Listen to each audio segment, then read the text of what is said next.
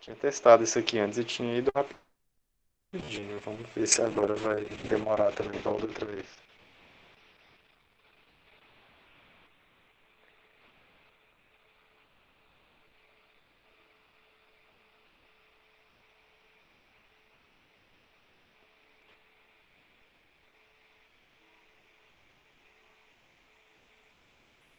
Aí, pronto. Aula sobre vírus e viroses. A gente vai até onde a gente conseguir ir sem pressa. Primeiro, então, para a gente falar sobre vírus e viroses, a gente precisa falar das características dos vírus. Quais são as características básicas de um vírus que a gente tem que saber? O que é um vírus? Vocês precisam saber para o Enem. Vírus são seres acelulares, não tem célula, não é formado por nenhuma célula, que não possuem metabolismo próprio. Ele é um ser super simples. Ele é parasita, segundo o tópico aí, parasita intracelular obrigatório. O que isso significa? Significa que, né, como eu falei, não tem metabolismo próprio. Eles precisam de parasitar outra célula para tomar o metabolismo dessa outra célula, para usar o metabolismo da outra célula. Eles não se encaixam em nenhum reino de ser vivos. Ele não é considerado, não pode ser considerado um ser vivo. Exatamente porque ele não tem nenhuma célula, ele não tem um metabolismo dele, mas ele possui DNA. Tipo assim, quando ele está parasitando uma célula, ele se comporta como uma célula, né? Ele consegue ter o metabolismo dele, ele consegue se reproduzir, mas quando ele está fora da célula, ele não tem essas capacidades. Ele é como se fosse um ser inerte ali. Então, ele não pode ser considerado um ser vivo. Tem esse debate se ele deve ser incluído em algum reino ou não, mas vocês precisam saber que eles não são considerados um ser vivo. Não são considerados nenhum animal, nenhuma planta, nem nada. Por quê? Eles não têm nada disso. Mas eles possuem um material genético específico deles. Pode ser tanto o DNA quanto o RNA, mas não pode ser os dois ao mesmo tempo. Ou o material dele é DNA ou é RNA. E isso vocês vão ver mais sobre o que é DNA, qual que é o papel do DNA, vocês vão ver mais com a Carol. Ela vai explicar na parte de bioquímica ali já no início e um pouquinho na parte de citologia. Mas entendam isso, eles podem ter ou DNA ou RNA. Tem um vírus só que ele tem os dois, que é o citomegalovírus, mas a nível de Enem, acho que vocês não vão precisar saber disso não. Podem se cristalizar por tempo indeterminado. Então, assim como os minerais, tipo, é igual eu falei, eles fora da célula, se não estiver parasitando uma célula, ele é um ser inanimado ali, ele não tem vida sozinho. Ele, quando ele parasita uma célula, ele consegue ter ali metabolismo, se reproduzir tudo, mas fora da célula não. E a gente vai entender mais como que isso funciona aqui pra frente. Igual eu falei aqui, formato por um único material genético, ou DNA ou RNA, é, e possui um envoltório proteico de morfologia variada. Então, aqui eu trouxe para vocês imagem de dois tipos de vírus diferentes, só para vocês verem que eles podem ter formatos variados, tipo assim, não é uma regra, um formato que um vírus vai ter ou o que. Então, o vírus ele tem uma cápsula de um capsídeo, né? Uma cápsula de proteína e dentro dessa cápsula de proteína está o material genético dele. Ele é basicamente isso: proteína e material genético, proteína e DNA. Ele não tem mais nada. Alguns vírus podem apresentar lipídios e carboidratos junto com as proteínas. Mas não é regra. Eles podem apresentar esses lipídios e carboidratos, mas eles são basicamente formados de proteína. Ele é uma capinha de proteína com material genético dentro. Aí, é igual eu falei, pode ser de DNA ou RNA. Eles não vão ter os dois ao mesmo tempo. O material genético ao mesmo tempo. Tá. Quando o material é DNA, é chamado de desoxivírus. E quando o material é RNA, é ribovírus. Ácido desoxirribonucleico, que é o nome do DNA. E ribovírus é ácido oxirribonucleico, se eu não me engano. Acho que eu estou confundindo esse nome, mas é isso aí. É por causa do nome do DNA e RNA. Fora da célula, ele é chamado de vírion. Isso aí são algumas informações assim que talvez não vai cair, tipo assim, diretamente perguntando qual que é o nome do vírus fora da célula. Mas pode estar no enunciado ou alguma coisa, então é bom você saber. Fora da célula ele é chamado de vírion, que é quando ele não tem característica de ser vivo. Dentro da célula ele é considerado um vírus propriamente dito.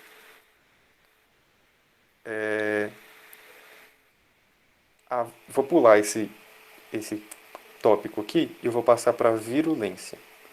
Como ele é formado só de proteína e DNA, vocês vão ver também na parte de genética, DNA pode sofrer mutações muito facilmente. Muito facilmente não, pode sofrer mutações. O RNA principalmente é mais propenso a sofrer mutações. Então a palavra virulência, nesse contexto aqui, ela significa a capacidade de um vírus sofrer mutações. Por que que esse conceito é importante? E é isso que vocês precisam saber. Porque existem vírus que o DNA está sofrendo mutação o tempo todo. E se ele sofre mutação o tempo todo, ele muda o material genético dele, ele muda as proteínas que formam ele, tudo nele vai mudar. Então, sei lá, uma vacina que foi produzida para aquele vírus, se ele mutar muito o DNA dele, essa vacina não vai ser mais eficaz. Pode não ser mais eficaz. A gente fica vendo no nosso contexto do Covid, né? O Covid, tem uma nova variante, uma nova cepa. É isso, é porque o DNA, o material genético do coronavírus, desse novo coronavírus, sofreu uma mutação. Nem todas essas mutações elas vão fazer com que o vírus, a vacina, se existe uma vacina para esse vírus, vão fazer com que essa vacina seja ineficaz. Depende do tipo de mutação e isso não dá para prever. Tá travando para todo mundo?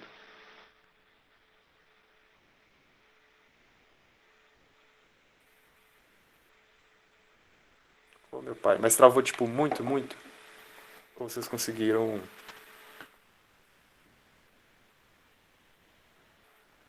Ai, ai, ai.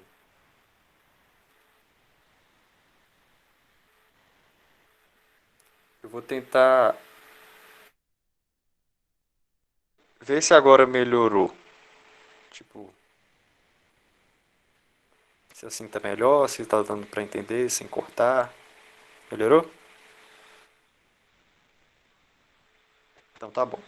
Se piorar de novo, vocês falam. Você já sabe que tá com esse problema, então não fica achando que é você a exceção, não. Fala aí que eu tento resolver. Mas tá, então a virulência é a capacidade do vírus se mutar. Tem uns vírus que têm uma tendência a sofrer mutação muito grande, que é, a gente vai ver mais pra frente, o caso do vírus da gripe. Por que que tem vacina para o vírus da gripe todo ano? Porque o vírus da gripe é um vírus que sofre mutação com muita frequência. E aí a vacina que foi lançada no ano passado não é mais eficaz para o vírus da gripe hoje, porque ele já sofreu várias mutações. Por isso que sempre tem uma nova vacina para o vírus da gripe. E isso é mais frequente, geralmente, é, vírus de RNA só tem tendência a ser mais virulentos, ou seja, sofrer mais mutações com mais frequência. Tá, isso deu para entender, tranquilo, né? Conceito de virulência, tudo bem. O, o capsídeo, aí voltando naquele tópico que eu tinha pulado, o capsídeo apresenta receptores específicos. O que acontece? Ali nesse envoltório, nessa cápsula aqui de, de proteína do vírus, ele tem alguns receptores que se ligam a determinadas moléculas. O que isso significa? Fica muito abstrato eu falar isso, né? O vírus da hepatite, ele tem receptores para os hepatócitos, que são as células do fígado. Ou seja, ele vai entrar no seu corpo, mas ele só vai se ligar às células do fígado, porque ele só tem receptor para a célula do fígado. Então, o receptor que o vírus tem vai determinar qual tipo de célula que ele vai parasitar, né? Qual tipo de célula que ele vai penetrar e vai tomar ali o metabolismo da célula. Então, é isso que significa falar dos receptores específicos, né? Cada um se liga a um tipo de célula diferente, por isso que cada vírus representa um sintoma diferente e tudo mais. Próximo. Replicação. Então, igual como eu expliquei aí, esse vírus que está aqui na imagem, ele vai, a partir dos receptores que ele tem nesse capsídeo, nessa cápsula, nessas proteínas dele, ele vai ter esses receptores que vão se ligar a um tipo específico de célula. Então, esse processo se chama adsorção. É quando um receptor se... Tá, peraí.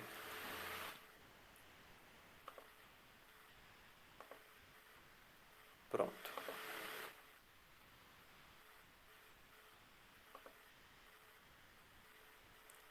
Vixe, agora espera ver se vai voltar rápido. Mas tá, voltando a explicar enquanto carrega ali, eu vou continuar explicando. Isso. A adsorção do vírus é quando o vírus vai e encosta, né? Tipo assim, o receptor do vírus se conecta à célula que ele tem essa afinidade. Esse receptor tem uma afinidade com um tipo de célula específica. Então, ele vai grudar nessa célula por causa desses receptores e ele vai penetrar nessa célula. A partir desse momento que ele encosta nessa célula, ele ativa algumas enzimas, libera algumas enzimas que enfraquecem a membrana da célula para ele poder penetrar, entrar mesmo dentro da célula. Alguns vírus não entram totalmente na célula, alguns só grudam ali e jogam o DNA deles lá dentro. Alguns entram totalmente para dentro da célula. Então, a penetração seria esse enfraquecimento da membrana e a injeção seria colocar o material para dentro da célula ou entrar, né, totalmente para dentro da célula, dependendo do vírus. Tá dando para entender ou tá ficando confuso? Me dê um feedback aí.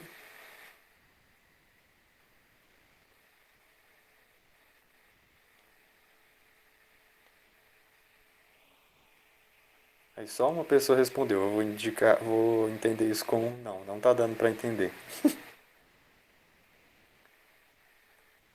Então tá. É sério, se não tiver, fala que eu explico de outra forma. É sério. Não fique com vergonha de falar que não tá entendendo, sei lá. Aí aqui, então, são os dois ciclos de reprodução do vírus. Epa, peraí. Aí, pronto. Os dois ciclos de reprodução do vírus. Tem o ciclo lítico e o lisogênico. O que significa isso? Vamos tentar explicar isso de uma forma fácil de vocês entenderem. Não sei se todo mundo sabe, mas as proteínas de uma célula são feitas a partir do DNA dela. O DNA é como se fosse um código ali para poder produzir a proteína. Então, tipo assim, lá no DNA tá, vamos dizer, vocês vão ver isso especificamente com a Carol. Mas lá no DNA tá escrita a receita para fazer as proteínas de uma célula. Então é isso que é o DNA, essa receita para as proteínas. O vírus não tem como ler essa receita. A célula tem. Então, aqui nesse primeiro quadro aqui, o vírus colocou, tá vendo? Esse aqui é o DNA do vírus de pretinho e esse aqui é o DNA da célula, meio laranja aí, essa cor, né? Ele coloca o DNA dele lá dentro. A célula não é esperta. Ela não consegue diferenciar o que é DNA da própria célula, o que é DNA do vírus. Ela não é esperta. Então, no ciclo lítico, ela vai começar a ler aquela receita achando que é a receita das proteínas dela. Vai começar a ler o DNA achando que está lendo o DNA dela. E vai lendo e vai fazendo proteína. E vocês, como eu falei, o, o vírus é basicamente proteína. Então, ela vai fazendo ali vírus e mais vírus, vai fazendo cápsulas e mais cápsulas aqui dentro, tá vendo? Nessa segunda imagem, ela produzindo várias cápsulas ali que são os, os vírus, né? A reprodução dos vírus. Chega uma hora que essa célula já produziu tanto vírus dentro dela que ela explode. Ela sofre uma lise, que a gente chama. Ela morre mesmo. Sofrendo essa lise, ela morre e libera esses vírus que ela produziu ali, a partir dessa receita que ela recebeu, ela libera ali no meio. Então, reprodução do vírus. Fez mais vírus. O vírus. Então, o que é esse negócio que eu falei antes do metabolismo próprio que ele não tem? Ele não tem capacidade de ler a própria receita. Ele precisa de enganar outra célula para ler a receita dele, para ler o DNA dele e produzir mais vírus para ele, porque ele não sabe fazer isso. Então, é basicamente isso. E aí, esses novos vírus aqui que são liberados a partir da morte da célula hospedeira vão hospedar mais células e aí volta, né? Começa o ciclo. A dissorção aqui, nesse quarto ponto, e aqui já está na parte da injeção, já colocou o DNA dela na outra célula. Esse é o ciclo lítico. Tem o ciclo lisogênico. O que é o ciclo lisogênico? A célula, antes dela começar a ler a receita, ela vai se reproduzir. E novamente ela vai achar que aquela receita é dela, né? Vai achar que o DNA é dela. Então ela vai duplicar o DNA dela mesma para poder, né? Tipo assim, vai duplicar o DNA dela e o DNA do vírus para poder se reproduzir. A célula tem capacidade de se reproduzir sozinha. Então, aqui você vê o DNA do vírus é incorporado ao DNA da célula, como se eles fossem um só. E aí a célula se divide, ela se multiplica, ela se reproduz, que é este terceiro situação aqui, essa terceira situação. Assim, uma de novo. Achei que tinha me levado.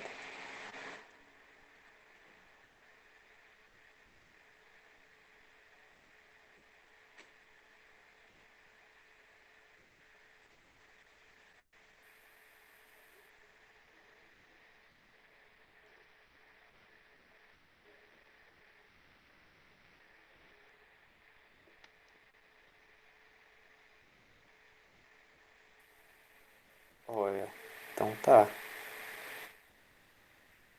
Pera aí.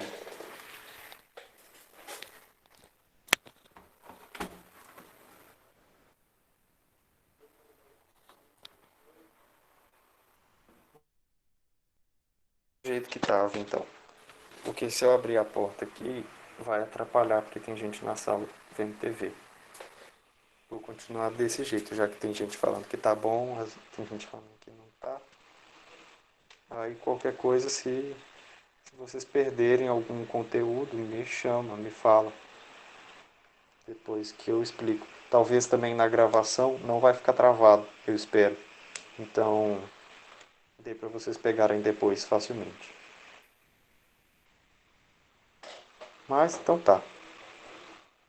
Voltando aqui,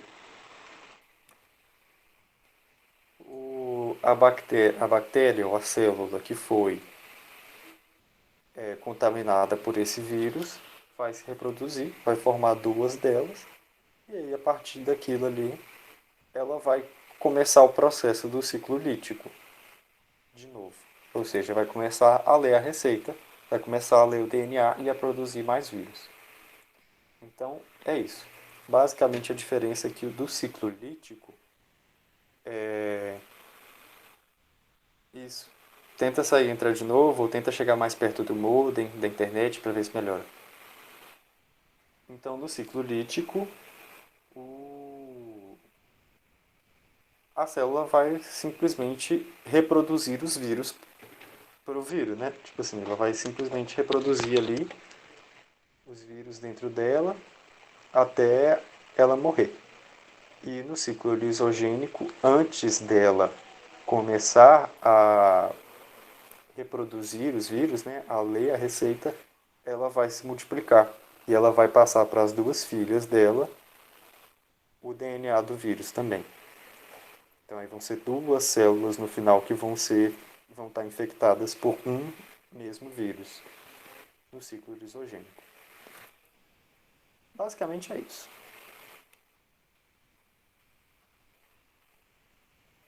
Aqui. Vírus de RNA.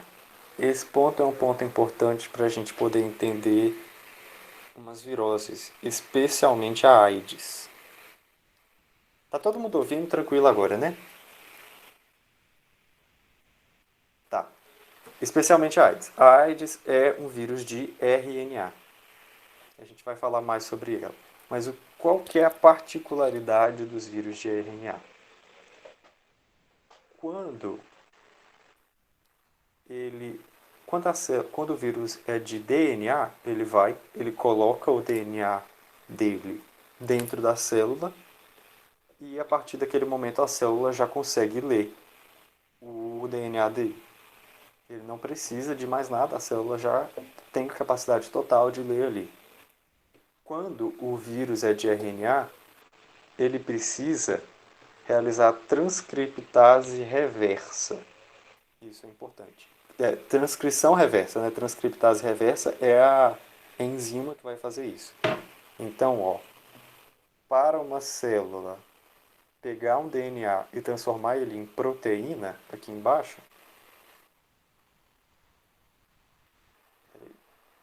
isso. Para a célula pegar um DNA e transformar ele em proteína, ela precisa primeiro transformar o DNA em RNA. E aí depois o RNA vai ser transformado em proteína. No caso do vírus de RNA, ele vai ter que primeiro voltar, fazer a transcrição reversa, ou seja, ele já está nessa forma de DNA aqui, e ele tem que voltar a ser um DNA para depois a própria célula fazer esse processo de transformar ele em RNA e transformar o RNA em proteína. Confuso. É um pouco confuso. Mas, se vocês prestarem atenção, se for ir devagarzinho, a gente vai entender. Então, ó, o processo de transformar o DNA aqui em cima em RNA aqui embaixo, ele chama transcrição. Transcrição. Vocês vão ver isso mais claramente com a Carol novamente, né? Mas, Por enquanto, confia em mim. Vocês vão entender como que funciona, mas confia em mim só. Chama transcrição. E para transformar o RNA em proteína, tem que ser a tradução. Ele vai traduzir o RNA em proteína. O vírus que só tem RNA, ele tem que, dentro da célula mesmo, por meio da enzima transcriptase reversa, ou seja, transcrição, transcriptase reversa, vai voltar a transcrição. Ele vai ter que transformar o RNA dele em DNA. Né? Normalmente acontece o contrário, DNA vira RNA. Nesse caso, ele vai ter que primeiro transformar o RNA em DNA para depois, aí a célula mesmo vai fazer esse processo todo bonitinho. Deu para entender? Não, né? É porque é confuso mesmo. Tipo assim, é só um desenho. Não é nada específico, não. Ó, vou explicar mais uma vez. E aí, se vocês não entenderem de novo, vocês falam. Porque realmente confunde. Esse desenho aqui é só um exemplo. Então, essas proteínas aqui são exemplos, eu peguei do Google. Não tem relação estrita com a matéria. Mas essas proteínas, no caso do vírus, seriam as proteínas do vírus, né? O capsídeo, essa cápsula que envolve o vírus. Num processo, vamos voltar lá então. Num processo normal, lembra, o DNA é a receita. Mas vamos dizer que essa receita está em alemão. Mentira. Tá, vamos dizer que a receita está em alemão, que é o DNA. Ela vai ter que ser transcrita em português para a célula poder ler e fazer aquela receita. Para a pessoa poder ler e produzir, então, seguir as ordens daquela receita e produzir as proteínas que aquela receita está mandando. No caso da do vírus de RNA, não me perguntem por quê. Não me perguntem o motivo disso acontecer desse jeito. Mas ele primeiro vai ter que pegar o RNA que já está em português, transformar em alemão, para a própria célula depois pegar o DNA em alemão e transformar em português de novo. Deu para entender agora?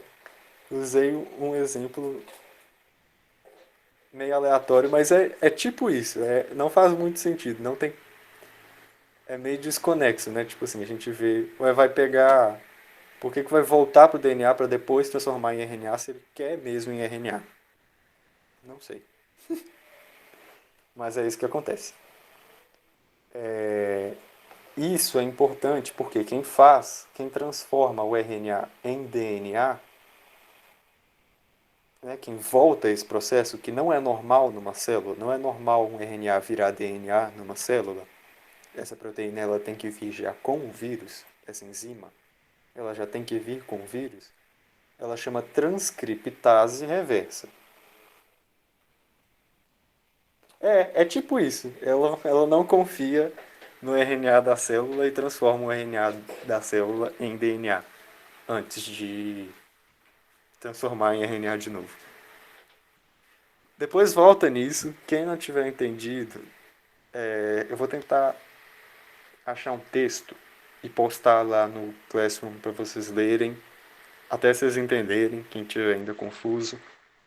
Esse slide eu vou postar lá no Classroom também. Mas é isso, é meio confuso mesmo, vocês têm que ler. Eu acho que lendo vocês vão. Ah, que bom que o exemplo.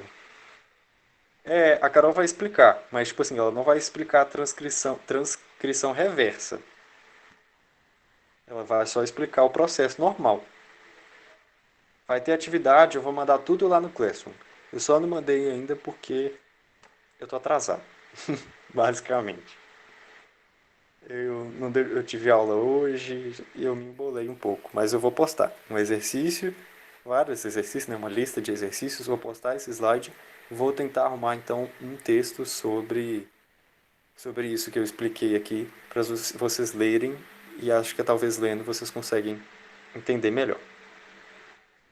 Mas tá, então quem que transforma o RNA em DNA de volta? Qual que é o nome da enzima? Alguém me fala aí? Alguém lembra?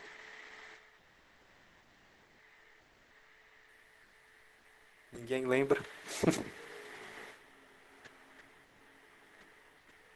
Quem transforma o RNA em DNA de novo, quem volta o processo, é uma enzima que chama transcriptase reversa. Transcriptase reversa faz a transcrição, que é esse processo de cima para baixo, só que ao contrário, ok? Ah, boa aí.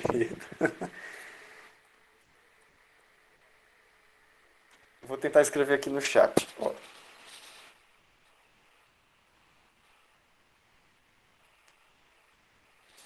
tá.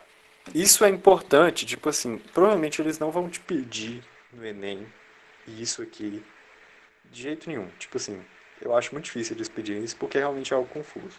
Mas é importante para vocês entenderem o processo de infecção do vírus da AIDS, perdão, que é o HIV. Então, tem dois exercícios aqui e eu quero que vocês me respondam. Os vírus não se enquadram na definição de ser vivo clássica. Ora se comportam como seres inertes, ora se comportam como seres vivos. Quais das seguintes características dos vírus também estão presentes nos seres vivos? Deu para entender? Eu quero que vocês respondam aí no chat. Tem que ser rápido que o tempo está acabando. Não, são vários.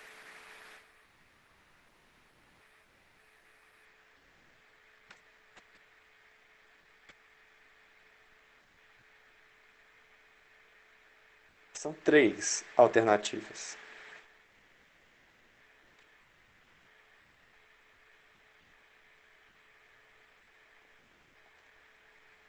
Vamos, gente, mais gente chutando aí.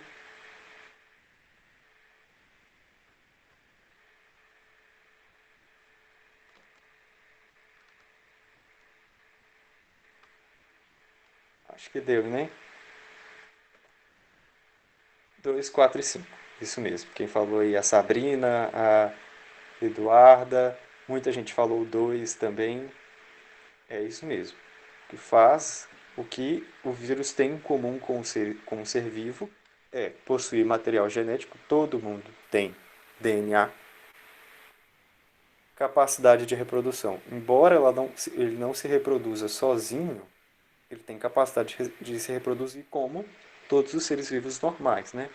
A menos que tenha algum problema e tal, normal é o ser vivo conseguir se reproduzir. E capacidade de sofrer mutações genéticas. A gente também sofre mutação genética. Isso é qualquer ser que tem DNA sofre mutação genética. Isso é normal, é comum. Sei lá, as características nossas, características genéticas, elas são frutos de mutações. E isso vocês vão ver com a Carol em genética. Mas tá certo? Alguém tem alguma dúvida de por que alguma dessas alternativas não é? Ou por que alguma das outras é? Acho que não, né? Todo mundo que tinha mandado no chat tinha acertado, né? Alguns não falaram todas as alternativas certas, mas todas as alternativas que vocês falaram estavam certas. Então, próximo. Sobre os ciclos da vida de um bacteriófago, que um bacteriófago pode desenvolver, isso aqui eu não falei, mas foi porque eu esqueci. Bacteriófago é um vírus que, que parasita, que ataca uma bactéria. Bacterió e o fago fago vem de alimentação.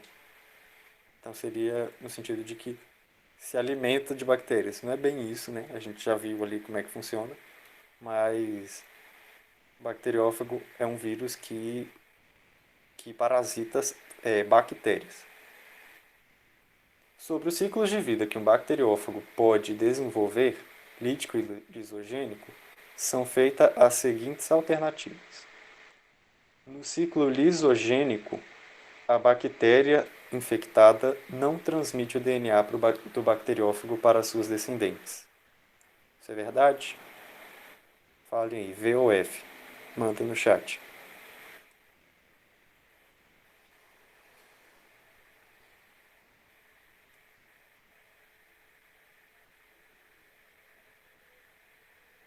Isso. Todo mundo falou aí. O ciclo lisogênico, a bactéria infectada, ela transmite o DNA da célula do vírus para as suas filhas, para as suas descendentes. O que não acontece isso é o ciclo lítico. Tá. Próximo. No ciclo lítico, é necessária a síntese de proteínas virais para a formação de novos vírus completos. Isso é verdade ou isso é falso?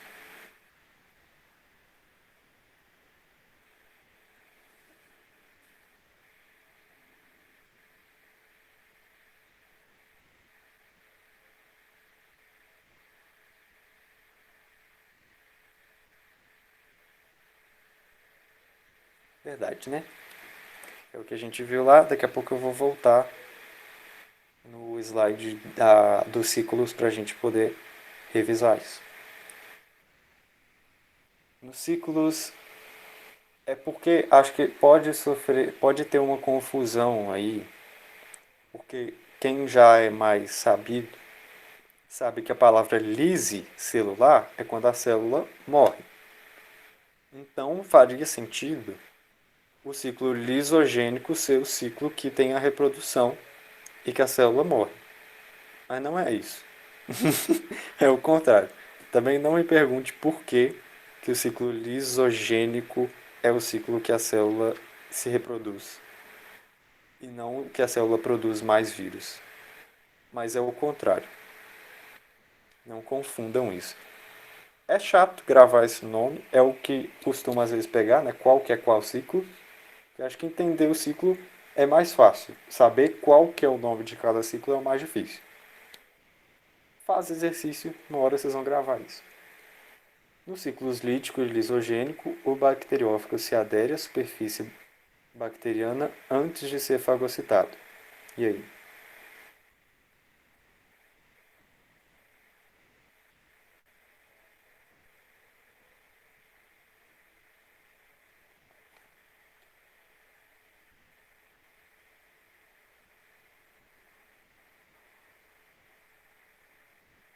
Essa aí ficou na dúvida, né? Aí, essa aí teve mais dificuldade. Tem gente que não sabe, gente que acha que está errada e gente que acha que está certo. Vixe, o tempo acabou aqui já, né? Mas tá, vocês atrasaram um pouquinho. A culpa não é minha.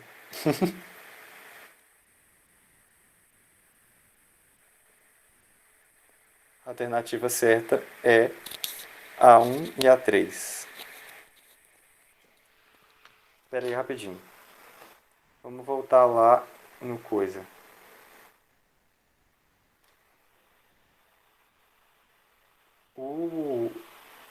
Ó, alternativa 2, perdão. Isso que eu tô confundindo foi ué.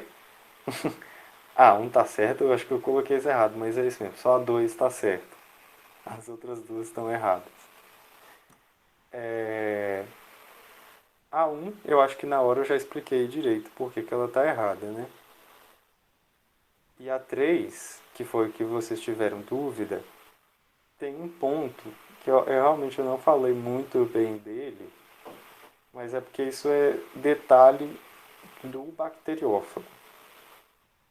E essa questão é de faculdade, né? Então às vezes cobra algo mais específico. Eu não acho que vai ser cobrado de vocês no Enem. Mas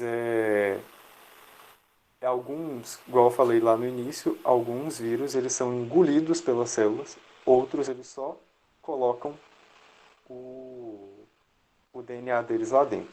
Então a fagocitose seria essa bactéria engolir o vírus. O bacteriófago não faz isso, ele só coloca o DNA dele lá dentro.